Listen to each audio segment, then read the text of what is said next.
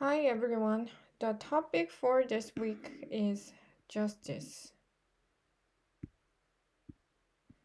Last week, we discussed two different perspectives regarding ethics and morality. Particularly, we compare the views of Immanuel Kant and utilitarian.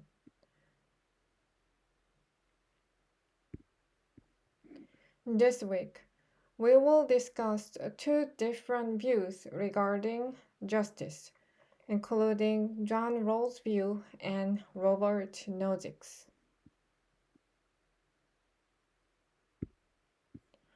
Let's see John Rawls first.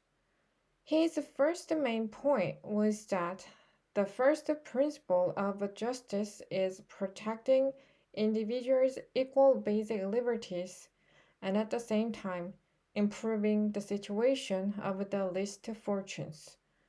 So, one of the main concepts suggested by Rawls is egalitarian liberalism. Consider libertarianism considers that individuals' liberty should be the priority among all, and this liberty was about one's private property.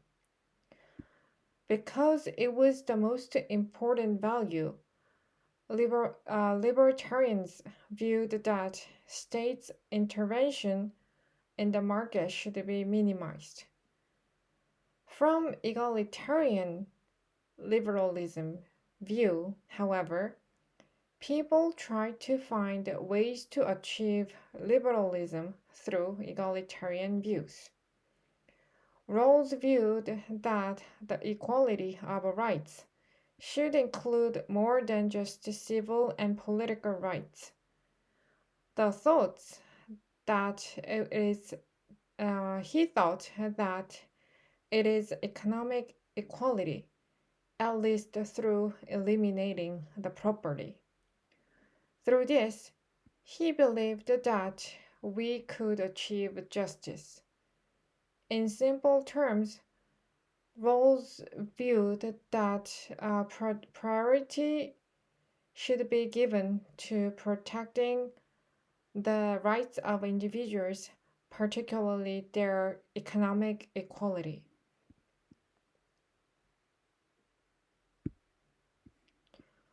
Rawls' second point is that justice is the first virtue of social institutions.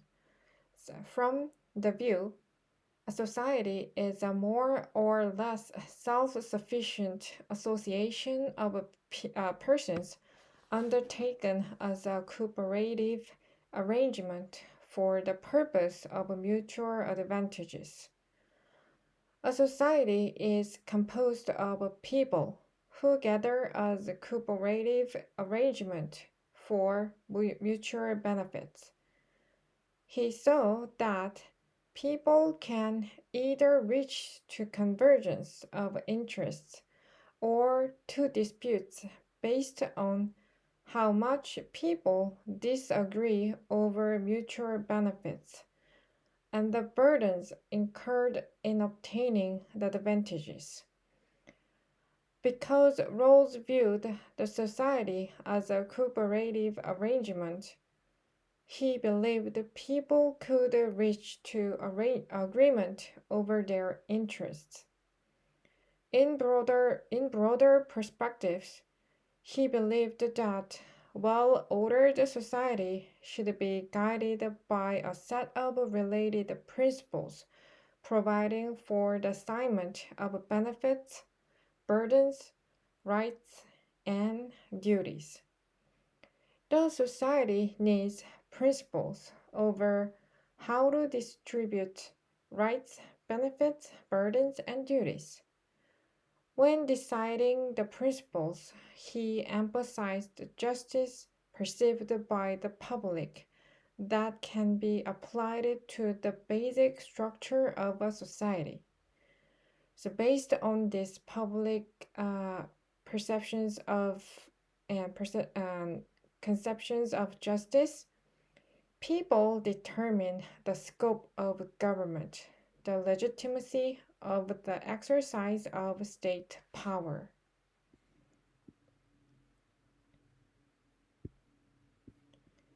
According to John Rawls' third point, he viewed justice as fairness. He suggested the set of principles for a society's important rules. To do this, he thought these principles should be selected by persons in the original position to regulate a society. This original position is a hypothetical situation in which rational but with uh, which rational but mutually disinterested individuals capable of a sense of justice and concern to further their own interest select from behind a veil of ignorance principles of justice applicable to the basic structure of society. In this argument, the veil of ignorance refers to persons in the hypothetical original positions uh, are unaware of such things as their wealth, intelligence, social standing, or conception of good. So, people in this situation of the veil of ignorance are unable to predict what effect of their decisions will have on their own life circumstances. And under this situation, as people are unable to select their own favor, people in the original position are in an initial position of equality. Thus, the principles they choose will be free from bias and the results of a fair agreement.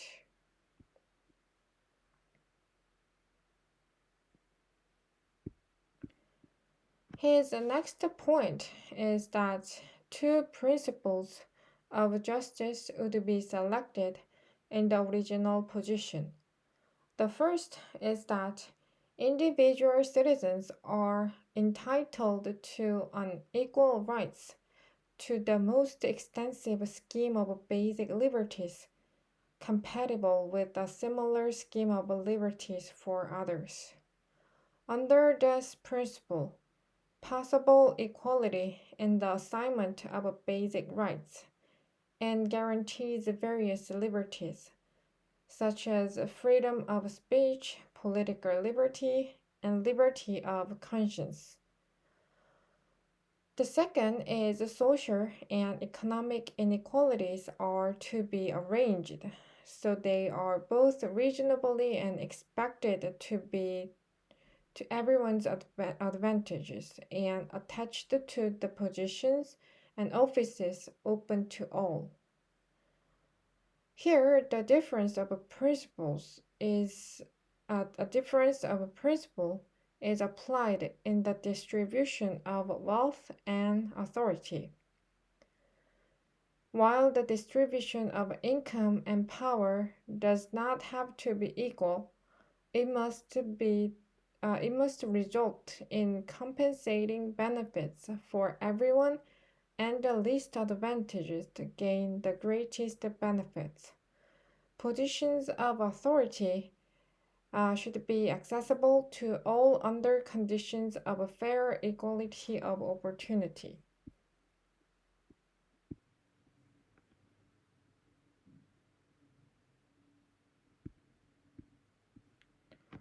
For roles, governments should enforce equality of opportunity in economic activities and employment in addition to ensure equal chances of education and culture for people. The activities include policing the conduct of firms and private associations and preventing the establishment of monopolistic restrictions and barriers to the more desirable positions.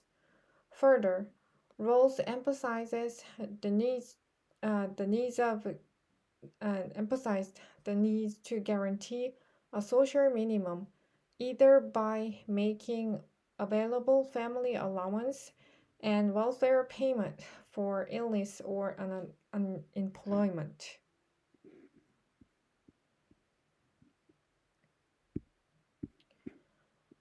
Then let's move on to Robert Nozick's view regarding justice. His first point is an entitlement theory of justice that includes first, a person who acquires a holding in accordance with the principle of justice in acquisition is entitled to that holding. In other words, when we look at the distribution, if everyone is entitled to the holdings they possess under the distribution, this is the case depends on whether the principle of justice in acquisition and the principle of justice in transfer have been satisfied or not. When we look at the principle of justice in acquisition in depth, it deals with such matters as how unheld things may come to be held and the process by which this occurs. A person's entitlement to an acquisition depends in part on being enough and as good left in comments for others. Nozick viewed that a favor of an absolute right to property on the separateness of every person.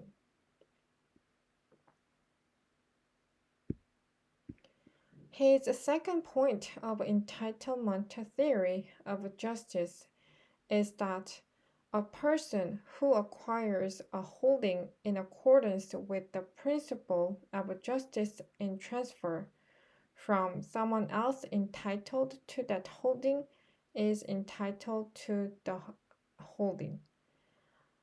In other words, the principle of justice in transfer specified the legitimate means of moving from one distribution to another.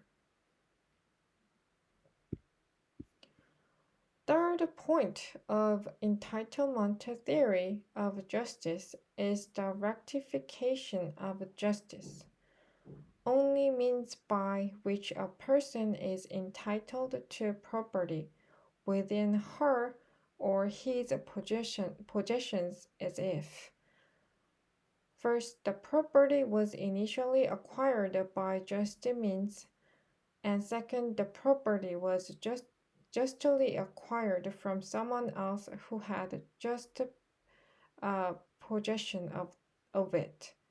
So from this, we can see that Nozick emphasized a lot on justice regarding possession. So Nozick viewed the theory of justice as historical and unpatterned. So he viewed that justice is historical insofar as it takes into account of past actions and circumstances in determining whether a particular distribution is just or not. Also, it is unpatterned because it does not require distribution to occur in correlation with some natural dimension or ordering such merit or needs. In simple terms, there is no future prediction for justice. This is an opposite view to Rawls's justice as it fairness as it is based on pattern and end state theory. Just distributions are to be determined by some ordering or natural dimension, as well as accordance with the structural principles of justice that allows future prediction.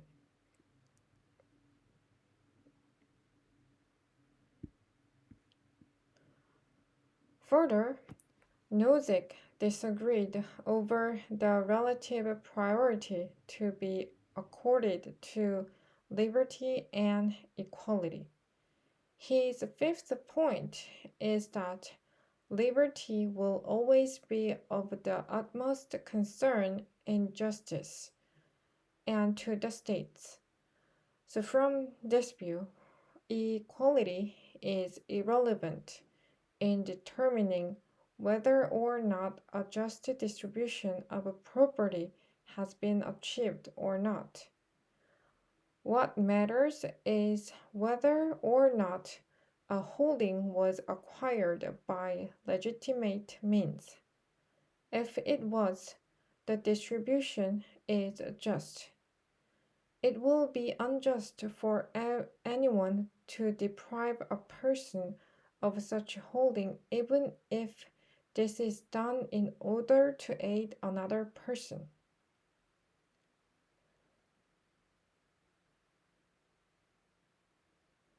For example, he believed the systems of taxation for the purpose of redistribution and social welfare, and he also believed that social welfare are unjust.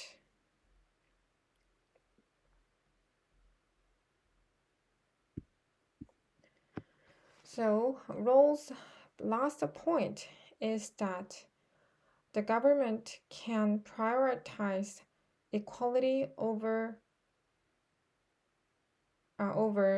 li- uh, over liberty when the results of doing so may be reasonably expected to be to everyone's advantage. An individual's basic rights are provided for under Rawls' first principle of justice and can never be subjugated to equality. That's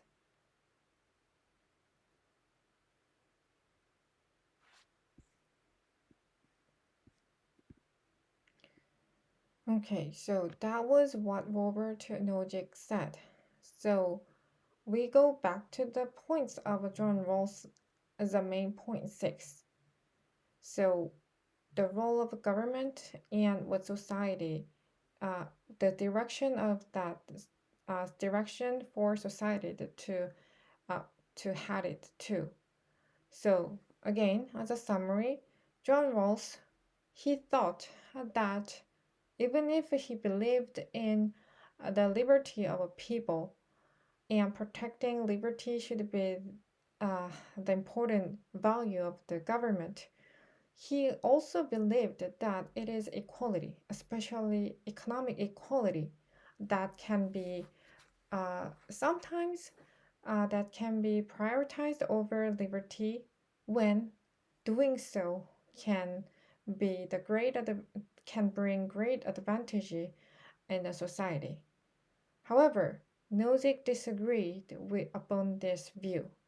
So, according to Nozick, the individual rights of the property cannot be infringed for any reasons, even it is to helping those people who are less fortunate. So he thought the the liberty, the people's liberty and the rights over property are the most important value of the society. So according to Nozick's view, so it is non-cooperation situation that happens in a society. So according to his view, providing individuals the opportunity of enjoying being in full possession of their own entitlement is what's the dominant value in a society.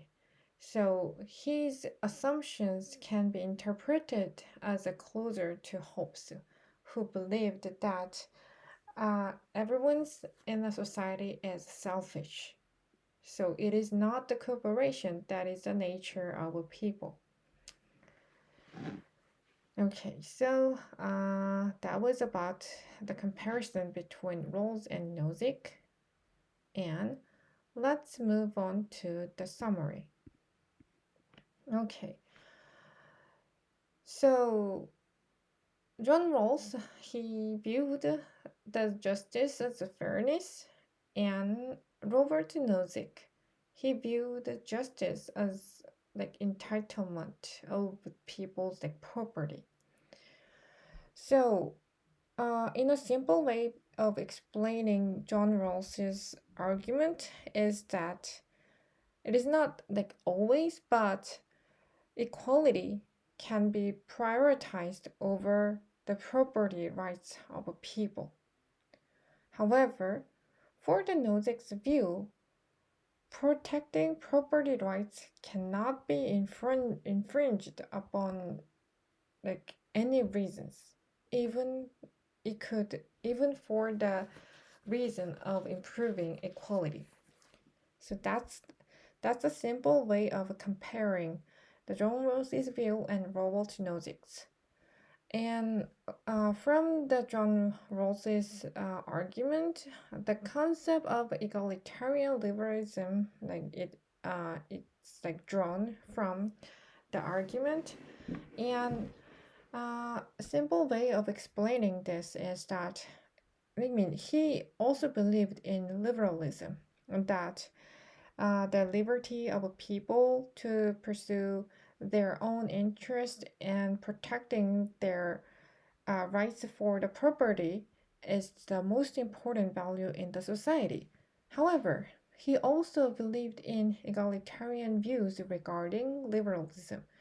So he thought promoting promoting economic equality that can be involved in this like society with liberalism perspectives. So he thought protecting one's rights for the property and promoting lives of people who are less fortunate can go together. And he explained this with the concept of the veil of ignorance. So he suggested that we should select principles for the society with the assumption that everyone don't have no ideas of their situations, whether they have wealth or power or health or those all those kind of conditions. So we don't know about it, but assuming that we don't know about it, and then we should make decisions like based on that assumption. So he, from his argument, uh, we could think about the role of government as providing welfares to the poor, and this was possible because he also assumed the society as cooperative arrangement. And however, the Robles Nozick's view was a little different. So he was a strong believer of a liberalism, and his view on justice is based on people's entitlement of holdings. In other words, their possessions. If the possession is obtained through just the procedures, then there won't be any other justice issues. And he also emphasized the minimum intervention of the state, and this was based on his assumption of a society as a new non-cooperative situation. So he believed that people won't cooperate, or they won't help each other. So that wasn't the nature of the people. So it was grounded on those kind of assumptions, so that so that he uh, and grounded those kind of assumption, and that's where his argument uh, uh, like began. So we saw two different scholars' view on justice.